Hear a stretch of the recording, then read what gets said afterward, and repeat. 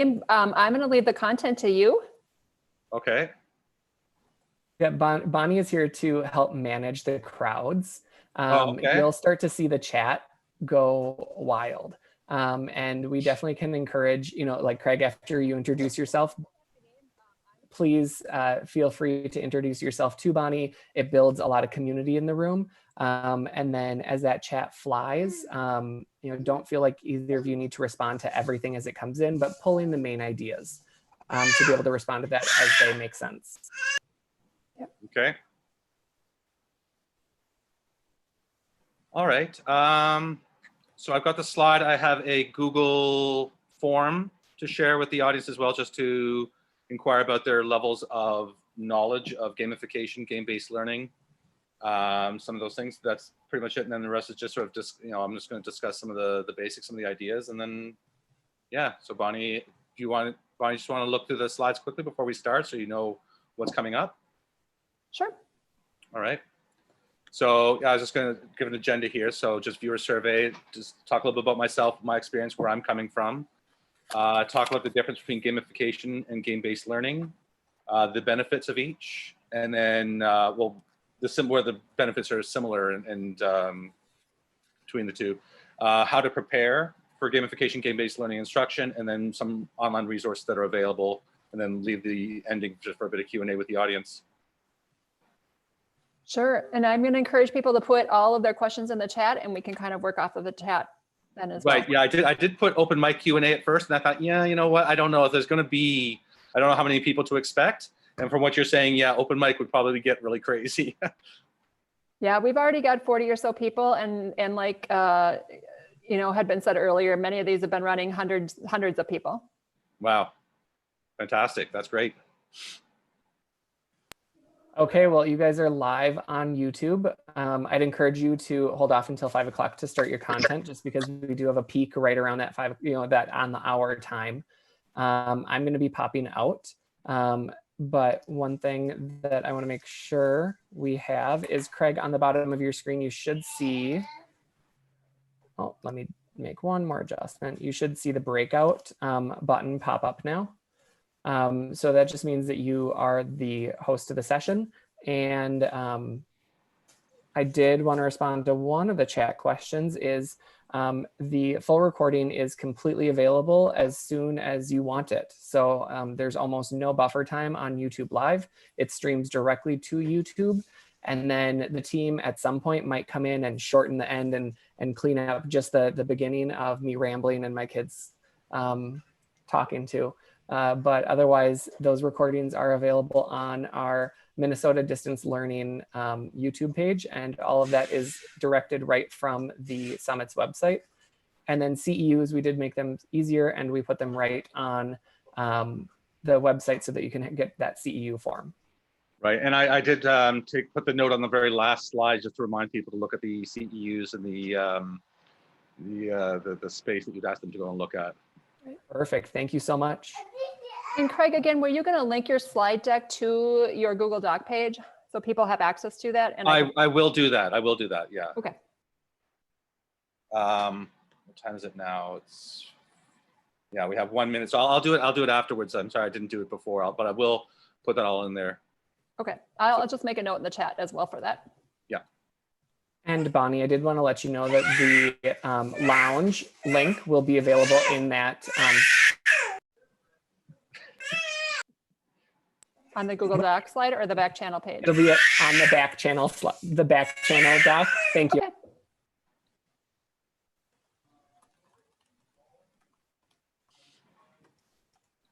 So you've been working with the other slides as well and other presentations, Bonnie?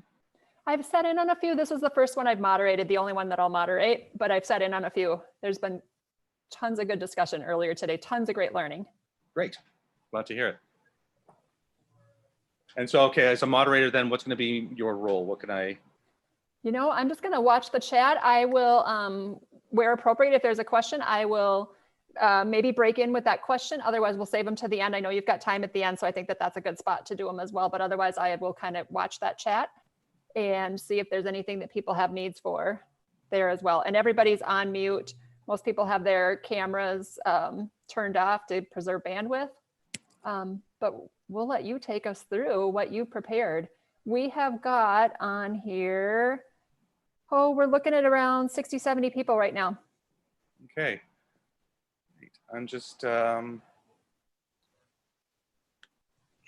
to, there we go. Forgot to copy that link there for the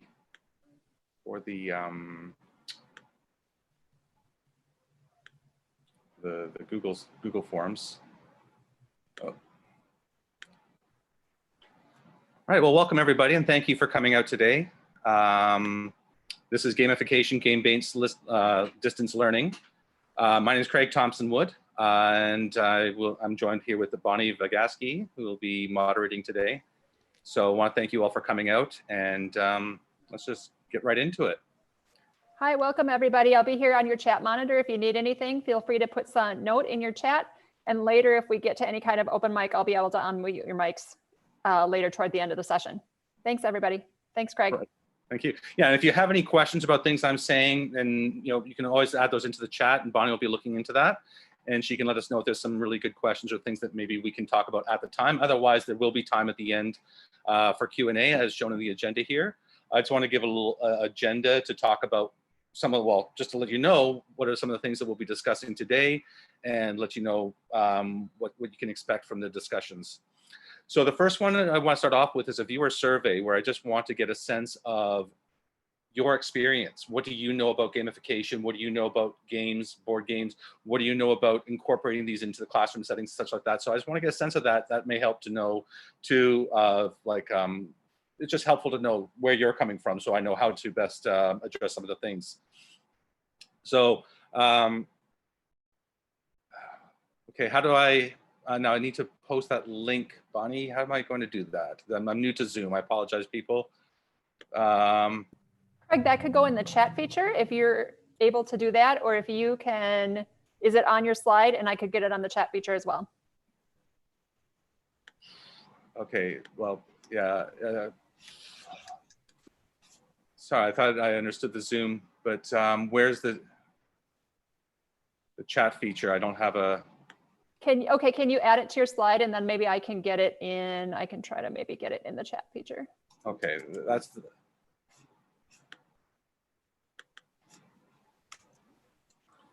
the link there. Oh boy.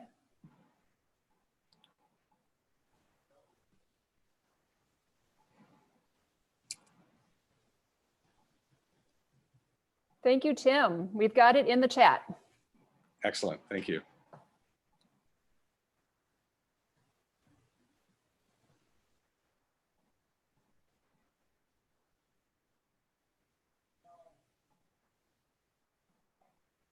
Oh, and it does say, Craig, that permission is needed to access that. Okay.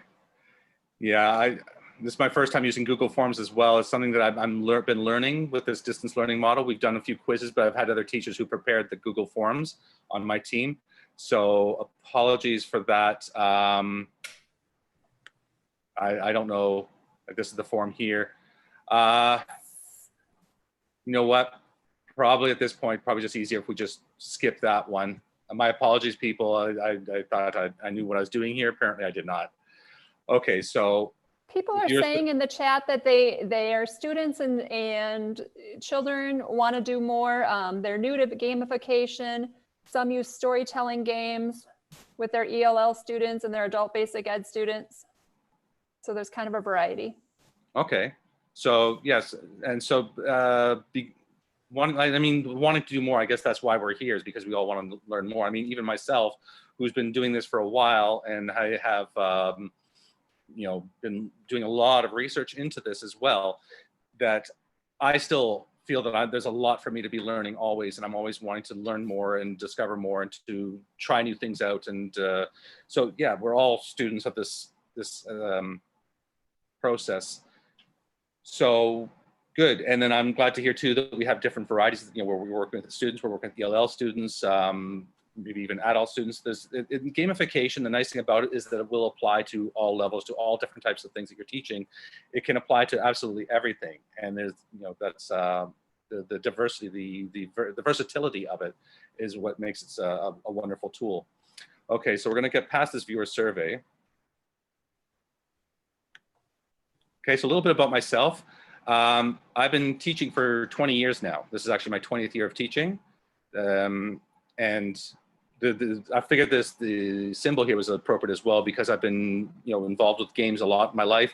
Dungeons and Dragons being one that I've been playing a lot all my life, and it's something that I think has given a lot of strength in terms of my appreciation for games and what they can teach, because I feel that a lot of my reading skills, math skills came from the playing of games from a young age till now. I was never a very strong student, but it was through the play of games, particularly, like I said, the role-playing games where you had to use math, that I started to understand better and develop my skills through the play.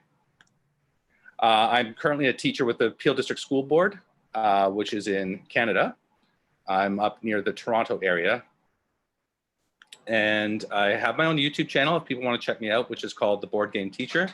So on that channel, I talk about gamification. I review games and look at the different skills that they're teaching and how they might fit into the classroom setting. And if you ever have any questions about anything I'm talking about there, I always encourage people to ask questions, and I will do my best to help you out in terms of whether it's questions about a particular game, a particular strategy for teaching the games, or anything I can do to help you to more successfully implement games and gamification into your classroom. More than happy to help, more than happy to discuss with you any questions you may have.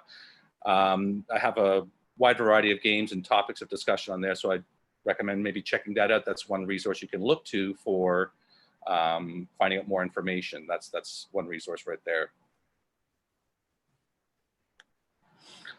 All right, so in looking at the gamification then versus game-based learning, now, when you look at the definitions of gamification out there, it gets quite involved. I'm simplifying these somewhat here just to make it a little more accessible for everybody.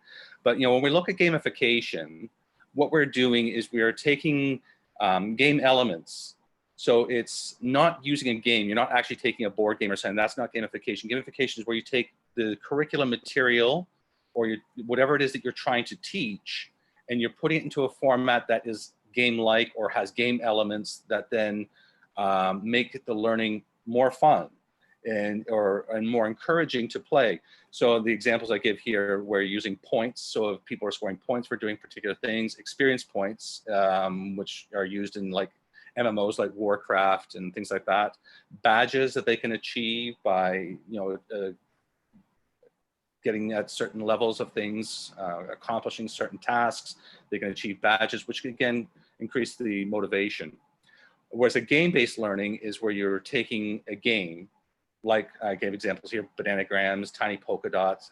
There's just hundreds of different examples of games that you could be playing in the classroom that can promote the learning through the play of the game.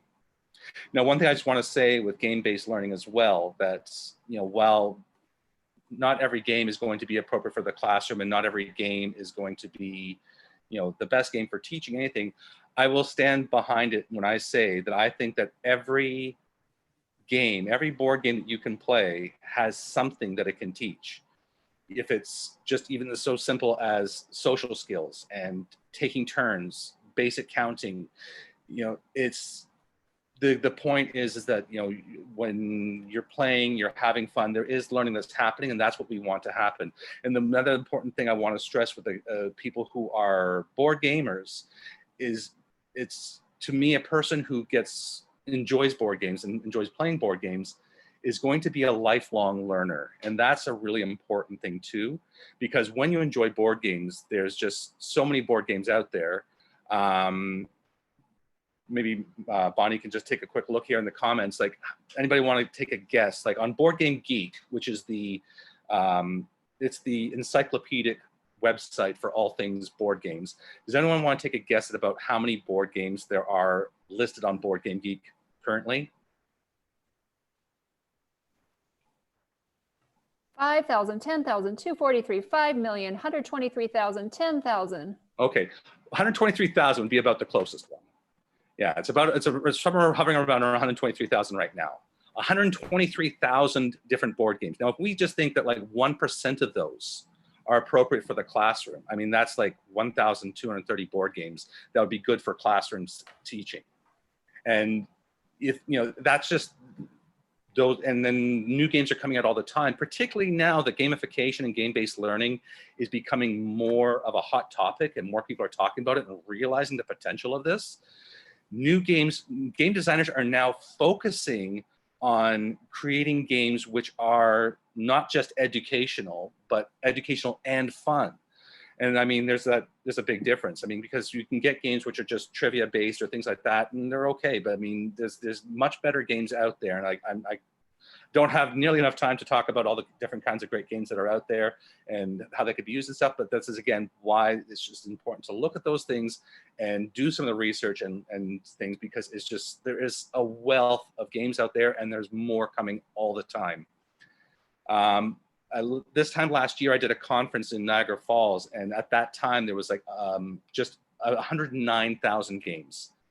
So there's been about 14,000 games added in the last year alone to the library of games and Board Game Geek. And so there's just, board games now are highly popular. Educational games are also becoming much more popular.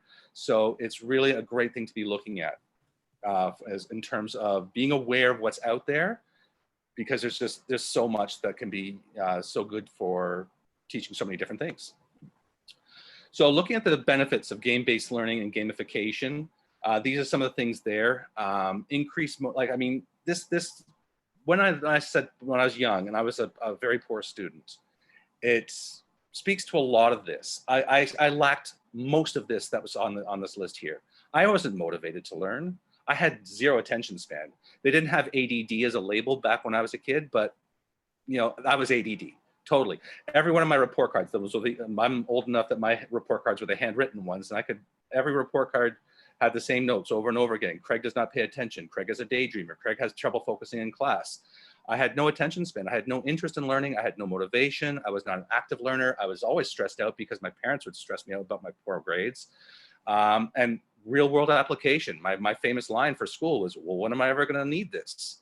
And so all these things were in play here. So a lot of my mantra of teaching the way I teach now, which is heavily influenced with gamification and game-based learning, is I want to teach the way I wish I was taught. And by doing so, I'm doing these things here. You know, where when you're when you're doing all these things with gamification and game-based learning, the big focus, besides obviously making sure that you're teaching what you need to be teaching, but what you're looking to do really, you want to have fun with the education that's happening. You're taking the education, which is potentially boring, potentially uninteresting to the students, and just they'd rather be doing other things, particularly now with our distance learning model. I'm finding it very difficult to get the students to do some of the work when it's not things that are interesting to them, like writing a report or a paragraph for me, or to do math problems, or even look at the science slides I've made, which are interactive and I thought were fun, but it's like pulling teeth. So how do we motivate them? How do we encourage them? Well, we do that because what do they want to do? They want to have fun. Well, let's give them fun. Let's get them fun, but within that fun, we're putting the learning into it. And so by doing that, then we're able to get all of these things happening with the learning, where we're going to start increase the motivation. Their attention span is on because they are focused on things that are fun and interesting. They become active learners. And when they start to apply these things in different ways, they see how it can work. And by doing it over and over again, that's where retention starts to come in, and also not only because the repetition, but because it is being applied to the learning that they're doing.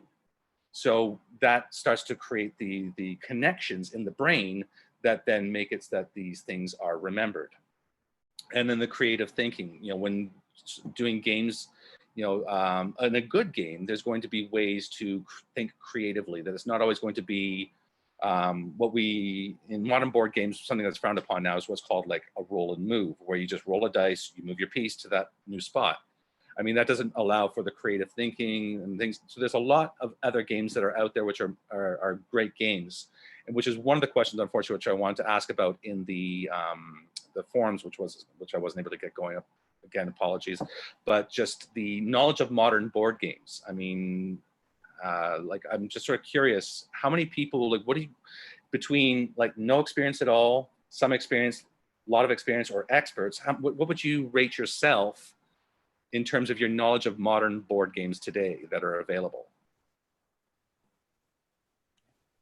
People can go ahead and put a comment in the chat. I'm seeing level 2, beginner level, some knowledge, some experience, live with a game designer, know of a few, Live with a game somewhat designer, advanced, low, high to medium, a bit of experience.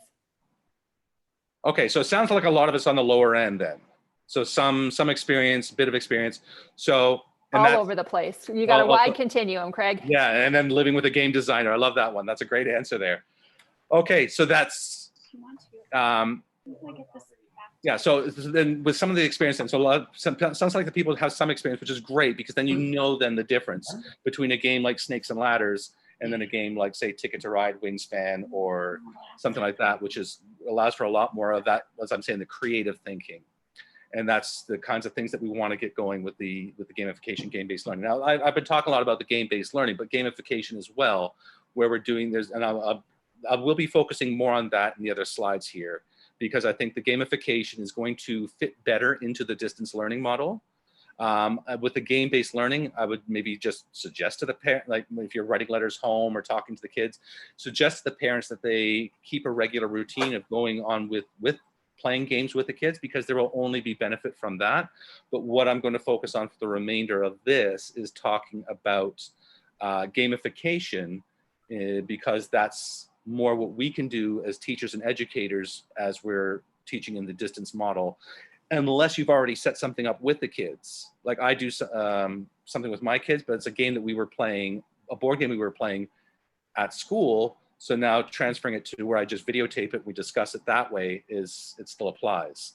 But I wouldn't necessarily try to set something up now in a game-based learning sense, which is why, like I say, stressing more the gamification.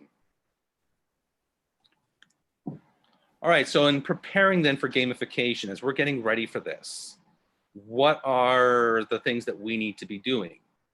Well, so the first thing you need to do is you need to plan, what is your objective? Like, what is the lesson that you need to gamify? What is the greatest need that you have? Like, is this the most boring part of the lesson? Like, why is it that this is the part that you want to gamify? So things like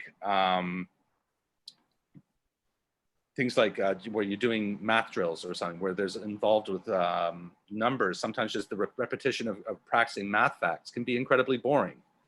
But when you gamify it, when it's put into a game form, then it becomes more motivating, becomes more interesting to the students. Where it's learning about, say, particular areas of science, well, then you can put that into a game form. Like with my students, I will do it in a Jeopardy board game style, and then we can review things and answer questions that way and learn that way, because it becomes a game, it becomes more interesting. So when you are deciding for yourself how you want to gamify your classroom, you need to start with that, like we do as teachers, begin with the end in mind. What is that you want to achieve by the end of this? And then work from there to say, okay, well, this is what I want to teach. And then we'll then start looking at what are the steps you need to take to get there. And so in gamifying that, then knowing how are you going to do it, what you need to do is you need to be aware of the games that are out there. You need to be aware of gamification resources that are out there. And if you don't know, where can you go look for more information so that you can find out about that? So with more information, you can, like I say, Board Game Geek, if you're looking at board games, is a great resource. But in terms of gamification, talk to colleagues. I mean, that is where I have got the majority of my resource information when it comes to gamification, is from talking to colleagues and things and say, oh, yes, I've heard about this program. And then they'll say, well, have you heard about this one? And through that kind of thing and sharing of resources, it's a great way to learn.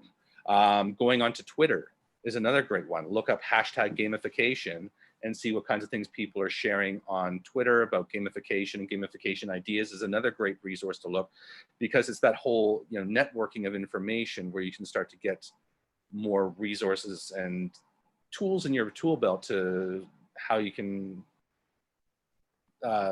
meet these objectives that you've set out for yourself.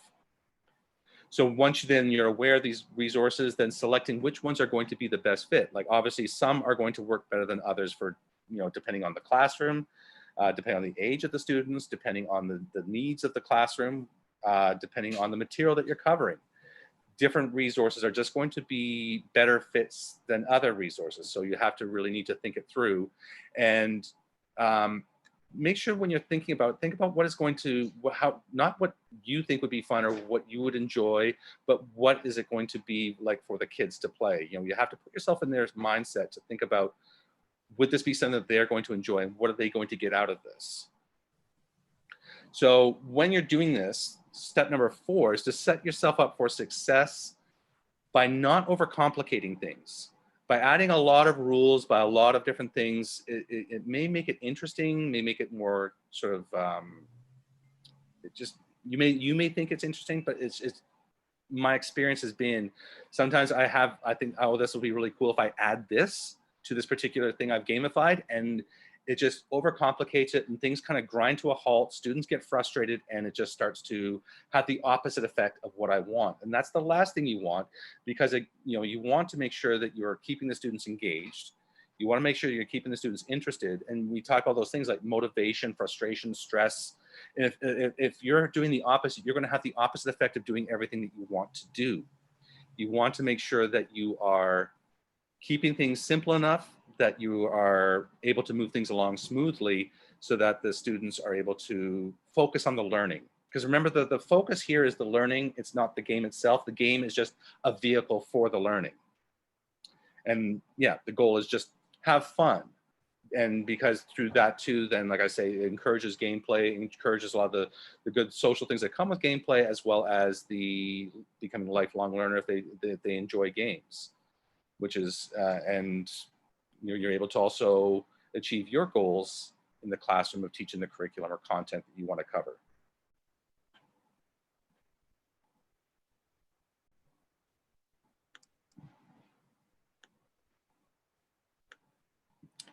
So here are just a few resources that I have found online. These are a few ones that I've been using. So Kahoot, you can maybe put a yes, no in the comment section, or if you have seen Kahoot, if you know of Kahoot. Craig, a lot of people did say that they were very familiar with Kahoot. They've also been talking, and here comes the chat as well. A lot of people are using Kahoot quite a bit.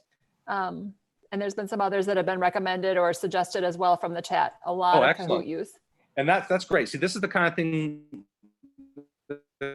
like I said, is great, was where we can network and resource and pool our resources together to learn of new ways to do it. Yeah, Kahoot is a very popular one. Minecraft surprised me because there was one of those things which, you know, to me, I remember my son when he was younger used to play Minecraft, and it was, well, actually he still does, but it was like, it was, in my own mind, I guess I was kind of limited in the way I was thinking about it. I just thought it was just for building, and some people would go around and you know, fight the creepers or whatever they're called. But I didn't really see it as the educational potential until I was talking to some other teachers about it. And I've just seen some incredible things through it, you know, with, you know, rock cycle, looking at the different rock formations, different rock cycles. I had one teacher show me how she did the water cycle using Minecraft, and it was kind of cool. The kids had like sheep floating up in the sky to represent the clouds as part of the condensation. I mean, it's just, you know, with creative use and, you know, the kids understanding, you know, how to use the tools of these things, and it can be really amazing what they can do. And like I said, Jeopardy, there's a Google slide template which you can use, and if I'll put that onto my front page as well. I'll put the template for this one because it's a great resource for being able to use, you add in your own material onto the Google slide, and then you just click the buttons for which ones you want, and you run through it, and it's a great way to review material. So that can be done through Google Slides. Classcraft is like a MMO where they can make their own characters, they gain experience points, and this one will cost you money. Like these ones are, well, the Kahoot and the thing are free. Minecraft, I know we have it at our school. To be honest, I'm not sure if our school has paid for the education edition or is that something that's offered. Probably might have to pay for that. Classcraft is definitely something you're paying for. This is Credly. Credly, you can create your own badges. So if you're doing something like that, you can want to do something with gamification where students can achieve badges, then you can create your own through Credly, which is a great little resource. But yeah, I'll look forward to, I'm going to definitely go back and look at the comments that are happening now to look at some of these things. So as I say, this is something I'm still learning a lot about, particularly these online resources. My focus has tended to be more on the board games, but as time's gone on, I've learned more and more about gamification and the online resources, as well as, in talking to my colleagues. And definitely now with this distance learning model, the need for understanding and appreciation of online resources is greater than ever. And I think it's definitely something that any teacher is going to do well to know about, to familiarize themselves with these online resources that we have available to us. All right, so, okay, do we have any questions or things we'd like to be asking about some of the things I've been talking about? I was maybe expecting a few more questions in between, but that's all good. Craig, somebody had asked about using Kahoot in the distance learning situation. Mm-hmm. Do you have some suggestions for doing that? Yeah, well, Kahoot and distance learning, so you can do that through one of the things now, depending on the school system that you're with. Like I know our school system at Peel, where we are told certain platforms that we're not allowed to use. We're not allowed to use Zoom. We're not allowed to use Microsoft Teams, but we can use the Google Classroom meeting. So we use that. I just share a screen with the students and I have the material on there. So I just create my own things and I use it as a review tool for the different things that we've been learning about. And I just find that the students really enjoy that one. They find it very, they just enjoy the competition, having fun with it. Was there a more specific question or like just how to use it or like? Well, someone was just asking about the distance learning situation. I'm going to ask this and people can maybe respond in the chat. And Craig, maybe you have some input as well about using traditional games like chess in this situation with distance learning. Do you have any input about that? And people can use the chat as well to answer and respond about that. Games like chess and distance learning? I don't have the information right now, but there was one person I was talking to just this week and they were talking about using chess and they were doing a distance learning thing with it on coding. And so there was something going on with the like computer coding with chess and doing it in the distance learning model. And I said, I want to hear more about that. And I haven't heard back from him yet. But when I do, I can certainly share that information. I can post some of that on Twitter, Facebook, wherever else I can. I'll certainly share that everywhere I can. But yeah, I have not, with my focus as with board games and things, I've been primarily focusing on games which are maybe less known to people who are not part of what we'd call the modern board game community. So I've left out things like chess and checkers, Go, Monopoly, things like that. I'm going for games which are less well known. I'm trying to focus more on educating people about other games which are out there, which are, so chess has not been one that I've covered a lot or have a lot of experience with. How about anything specific, resources geared specifically for educators that are trying to incorporate specific content?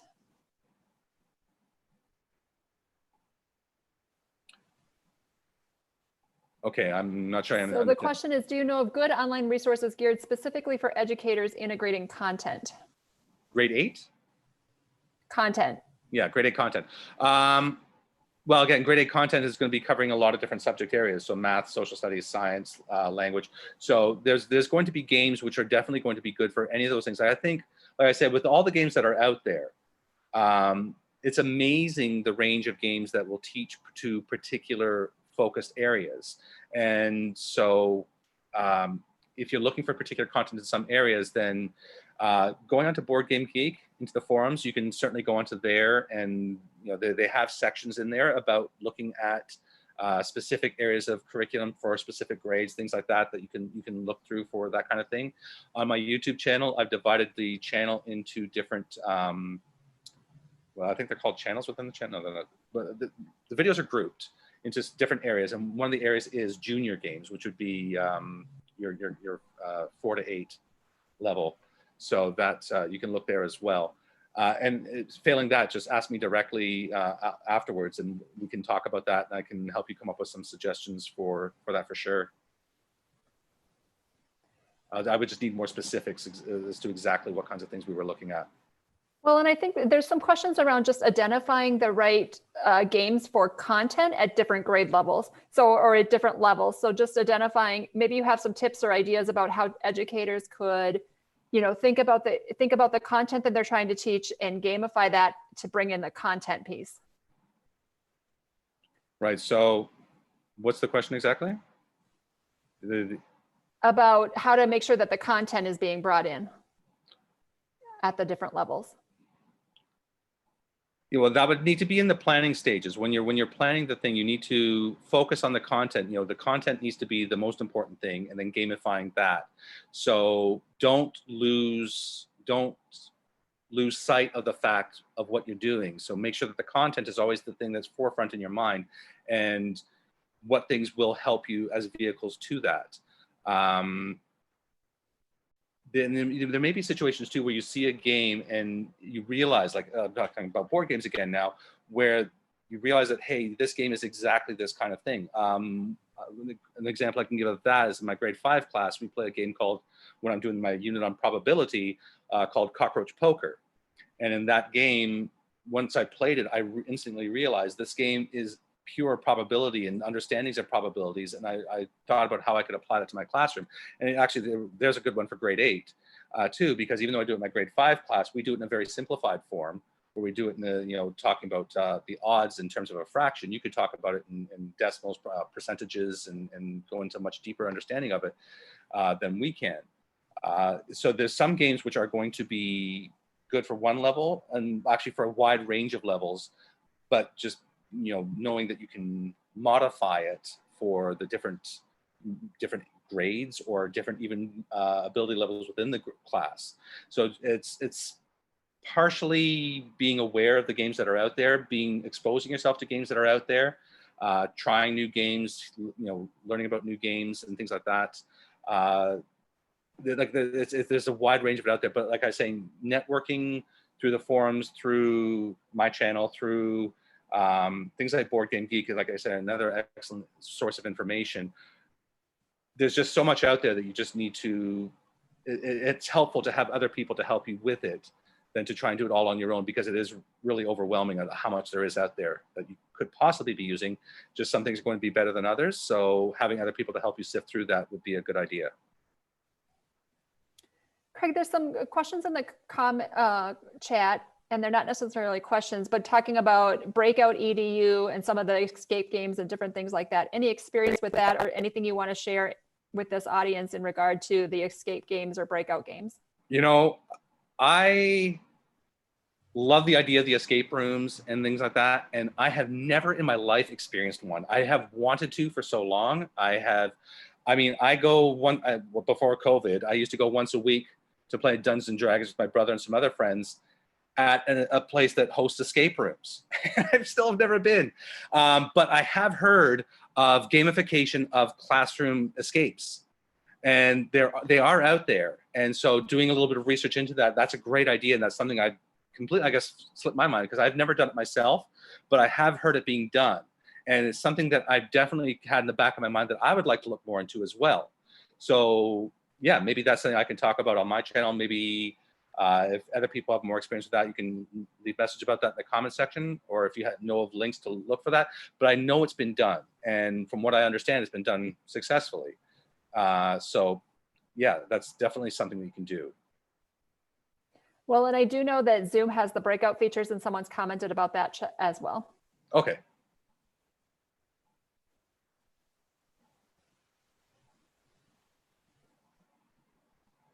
Other people are saying that they're doing breakout EDUs, so there's definitely some out there, and we've got that full link posted. Okay.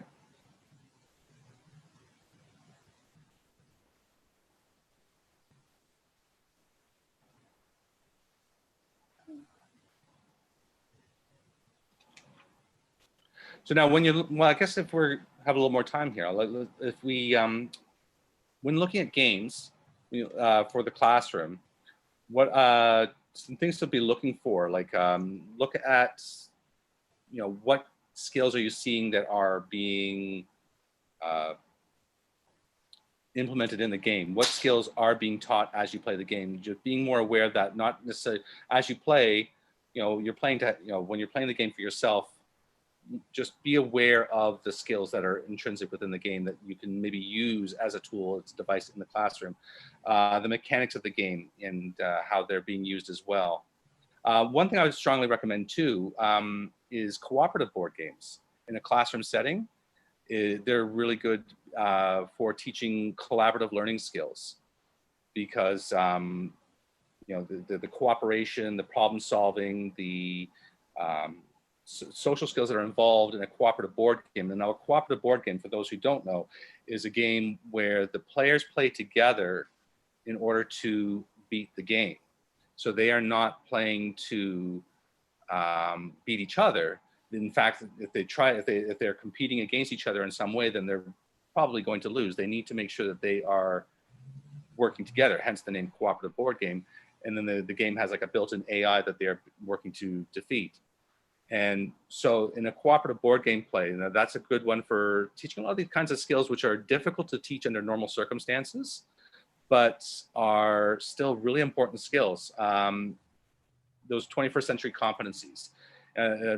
Google has actually said that they would rather have somebody who's good with those 21st century competencies, like the collaboration, the cooperation, the problem solving, than a person who's good at math and science. Because they said we can teach a person math and science, but we can't necessarily teach a person these collaboration skills. So that's one, we've actually included class sets of some of these games in our school on my advice, simply because of the way that they can teach those kinds of things so well. And again, you will find these games at all levels, from everything from like your kindergarten all the way up to high school level games, which are cooperative. So those are good ones. And Craig, those are on your site, or where can people find that information? Yeah, there's on my site. But again, Board Game Geek, I'll always refer back to that. Board Game Geek is an excellent site for resource information. It's bgg.com. I'll put that on my site as well. Let me just make note of that.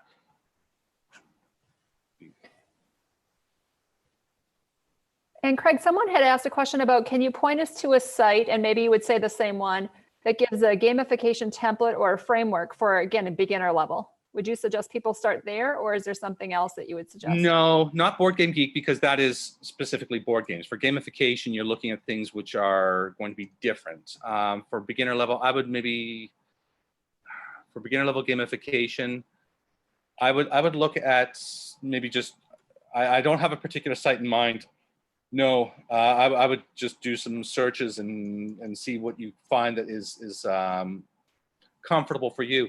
I think in that vein though, like if you're at a very beginner level of this, a couple things I would suggest. One, set some goals on how you want to, how much do you want to do, and well, set your goal. You can do a weekly goal or a monthly goal. And so, how much are you going to finish by the end of that week? Are you going to introduce maybe one this week, or how many are you going to do in the month? But then also, once you start to do it, make it a regular thing. So if you do it once a week, make sure you're doing it at least once a week. Once it becomes a habit, it becomes easier. Some people, with these things, it becomes a little bit intimidating, and they think that they just want to fall back on what's familiar, what's comfortable. But it really does pay off. And when we get back to our classrooms, one thing you also find too is that when you're able to get a lot of this gamification stuff going, it makes the classroom management a lot easier. Even if you gamify classroom management, then the whole thing it becomes itself. One of those things just pays for itself. It's a good investment. So yeah, to answer the question, I would just look online, see what you can find for beginner gamification. I don't have anything that pops to mind that was, a good place, like a website that I would say start here. But well, actually, maybe even Facebook. Now I say it, Facebook has a few. Like I can think of 4 off the top of my head, like gamification for education pages that people moderate, and you can certainly go on there and start looking on that and just sort of see some things that people are sharing, and maybe ask some questions through there as well. Again, the whole networking thing. Craig, we're coming down to the last 5 minutes. Are there some summarizing things, statements that you want to make, or other things that you want to go back to? Well, I think the main thing is just talking again. Let me pull back that slide. I think the reasons that we do it, the benefits here. I mean, I think, with the people who are here, they're probably understanding, and they probably already know, and this maybe even preaching to the choir, as we say, but, this is why we do it, for these reasons.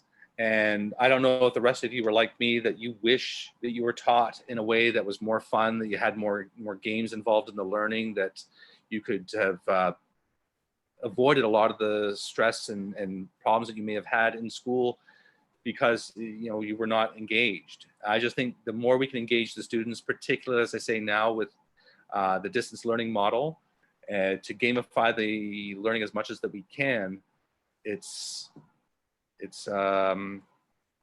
think it's so important. And I mean, even before all of the distance learning, the COVID and everything happened, people were already starting to see gamification as a very viable, very real thing, and very useful thing to have as a teaching strategy. So even more so now. And I think that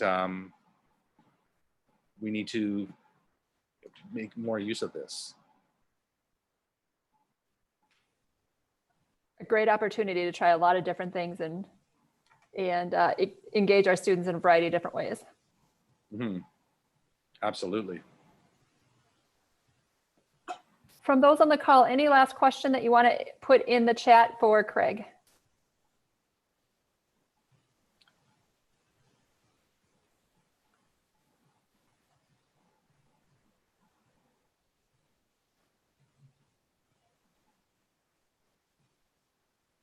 Craig, can you give us again the Facebook links or the Facebook recommendations that you had? Yeah, the Facebook recommendations would be, just if you look into the search bar and just type in gamification, or and even game-based learning, those two things in a search bar will bring up a lot of different links to different pages where people are sharing ideas, sharing resources, sharing experiences with gamification, game-based learning, as well as other presenters, as other experts in the field. There's people out there who do this at various different levels. Some people do it for corporations, some people do it for classrooms. I mean, gamification covers all ranges of things and you'd find that all in the Facebook page. Terrific. What page is? This was mentioned in the chat, but I'll mention it orally here as well. There are some people who have populated some different things on the Google Doc for this session. So there's a variety of different links out there that you can access and continue to look at game-based learning and gamification. I've also put in the chat the opportunity to continue the learning about the topic, gamification and game-based learning, both the Flipgrid link and the lounge link. And I believe, Craig, you're going to hop to the lounge and continue any of the conversation there as well. Mm-hmm. And I also put in the chat the links for the CEUs as well, and you can find those on the Minnesota Distance Learning Summit page, or you can also use the specific link that I put in the chat as well. So there's a variety of different links in the chat that you'll want to go back to as well. And just as a reminder, this session is recorded, and there will be the opportunity to play back later, pause, and go back and reflect on the whole session so that you can continue your learning kind of at your own pace later as well. And you can share that with others that maybe weren't able to join today as well. Craig, anything lasting that you want to say? No, I think I've said all I'm without repeating myself multiple times. I think I've said all I can. Just this is, like I said, this is the way I wish I was taught. And now that I'm doing it, I feel that I am having a greater impact on my students. I can see, without a doubt, I can see with my students from this year and from previous years, the effects that some of these different games and gameplay and gamification have had. And, you know, I am a firm believer that this is 100% the way that we should be looking to do more of our pedagogical practice. Well, it was mentioned in the chat that somebody really said a great opportunity to just be reminded how important game-based learning and gamification is. So great opportunity, Craig, to bring that all back to our top of mind as we're, you know, experiencing distance learning and thinking about what's best for our students. So great opportunity to do that. Thank you for sharing today. Well, thank you for having me. You're welcome.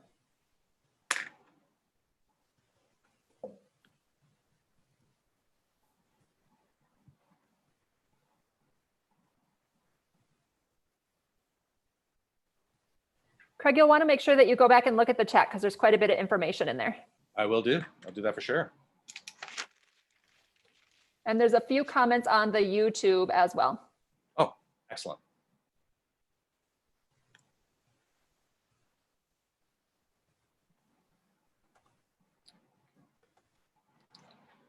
Well, hey, everybody, it looks like your session came right to that natural endpoint, so perfectly right on time. So thank you both for that amazing session.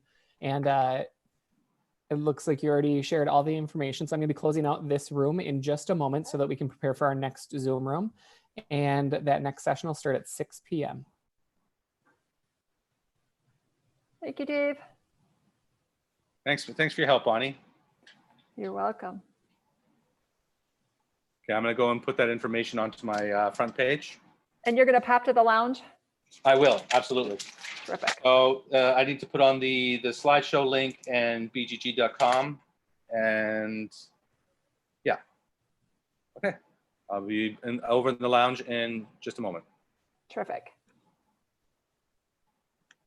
You'll have a different facilitator over there, just so you know, you won't see me.